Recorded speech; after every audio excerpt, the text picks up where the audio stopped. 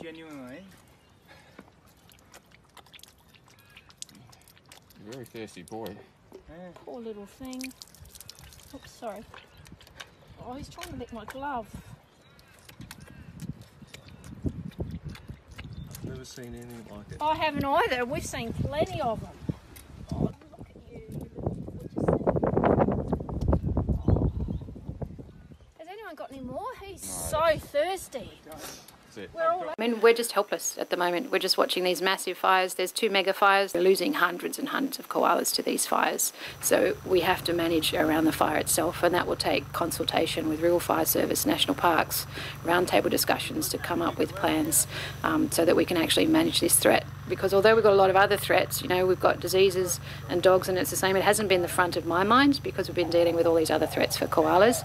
But when these fires come through at this scale, you know, these other threats are minuscule in comparison to the impact it's having on all of these populations.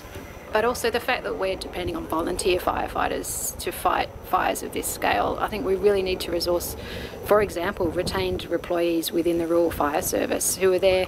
That comes back to the back, not just the back burning, but the prescribed burning. So we've got a shorter and shorter season where Rural Fire Service and parks can carry out prescribed burns to prevent fires of this scale. And so a lot of the time, I'm trying to run it on his nose because his nose is burnt and then he catches it.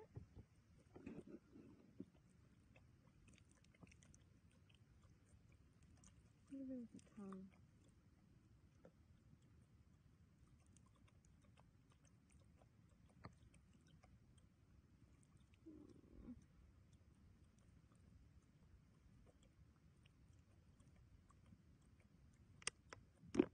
Lungs on fire.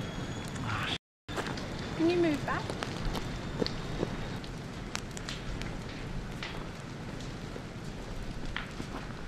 Oh, got in there. Just careful with his claws. Going for fire. Can you get water out of my car?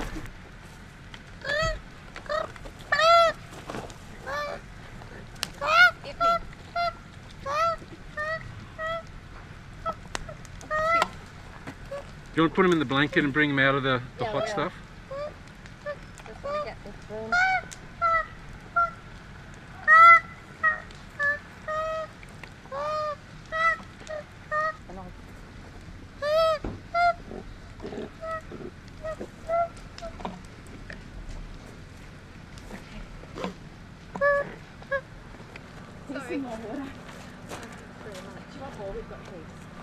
Alright, we'll get going in a second.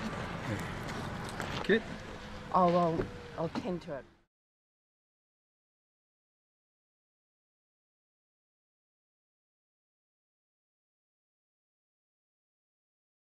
Service, national parks, roundtable discussions to come up with plans so that we can actually manage this threat. Because although we've got a lot of other threats, you know, we've got diseases and dogs, and it's the same. It hasn't been the front of my mind because we've been dealing with all these other threats for koalas. But when these fires come through at this scale, you know, these other threats are minuscule in comparison to the impact it's having on all of these populations.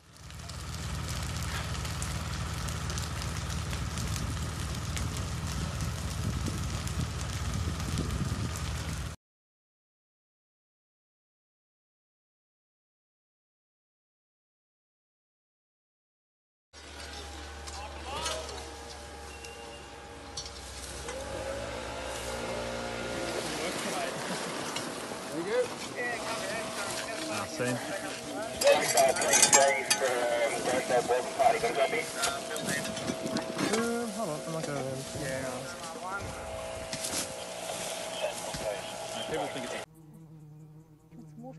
Australian volunteers have struggled to save wild animals as bushfires rage in the country's southeast. Tracy Burgess has cared for a possum round the clock since it was scorched by fires outside Sydney. The animal was put on an IV drip before Burgess found a little surprise in its pouch. It took 2 of us to hold it down in order to have a look in the pouch, and once we got the pouch open, a tiny little hand came out with claws on it. So yeah, there's a pinky in there, very little baby unfurred possum. So she's a ferocious mother who has clearly done her best for Bub. Kangaroos have also been hard hit by the fires. The animals often try to find refuge.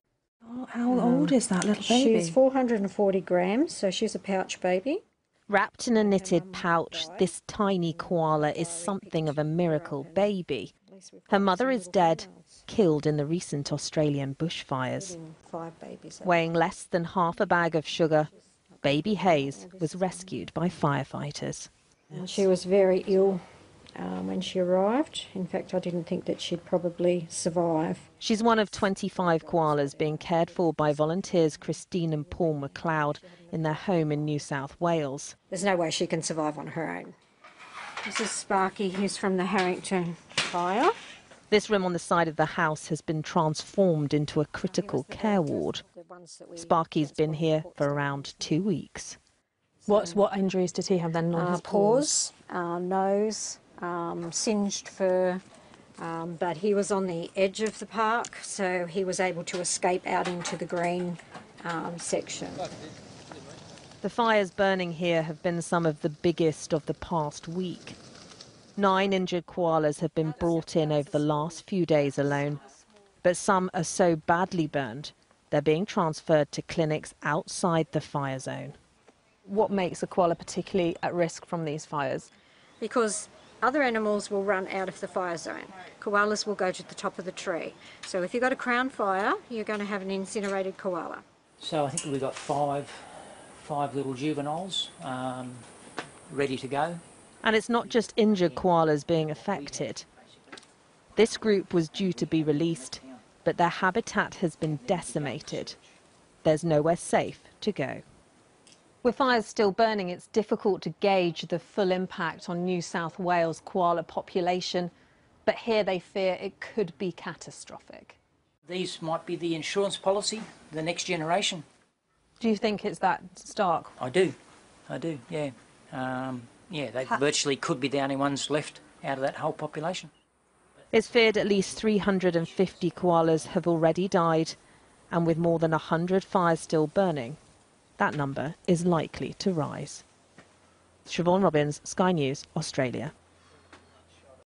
It's going to be a long road to recovery for these little burns victims. They're the first of many expected to be rescued from the Crestwood Drive fire south of Port Macquarie. Out of those 7, 4 have been reasonably badly burnt, so their fur has been singed. So instead of a lovely grey, it's a brown, and their little paws, 4 little paws, have all been blackened quite badly with burns.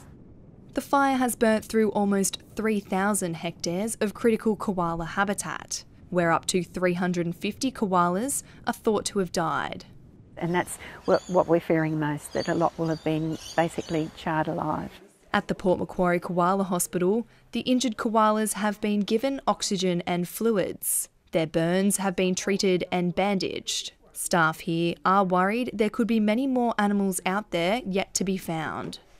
Volunteer search and rescue teams will continue to scour the burnt bushland over the coming days in search of injured wildlife. While those koalas currently in care are expected to make a full recovery, it will be quite some time before they can be returned to the wild. There's not much in there for them, and there won't be for a long while. We'll keep them here, we'll keep feeding them, we call it room service every day, fresh leaves, till that habitat returns enough for us to take them back there. These precious survivors are getting the best possible treatment. They could play a vital role in the recovery of a crucial koala colony. Koalas, some with burned paws and singed fur, are being treated following a massive brush fire. The koalas were taken to an animal hospital after being rescued. Some of the animals are recovering and eating well, but officials said it could be months before they can return to the wild. Local resident Clint Wood spotted an injured koala sitting in the debris of a burnt tree. Oh, well, so far I just tried to give him a drink of water. He had a bit of a drink of water, and so, yeah, but he's not looking too well, really. They destroyed about 5,000 acres, mainly scrub. Local media reports firefighters gained the upper hand Monday following favorable weather conditions. Nicole Grether, The Associated Press.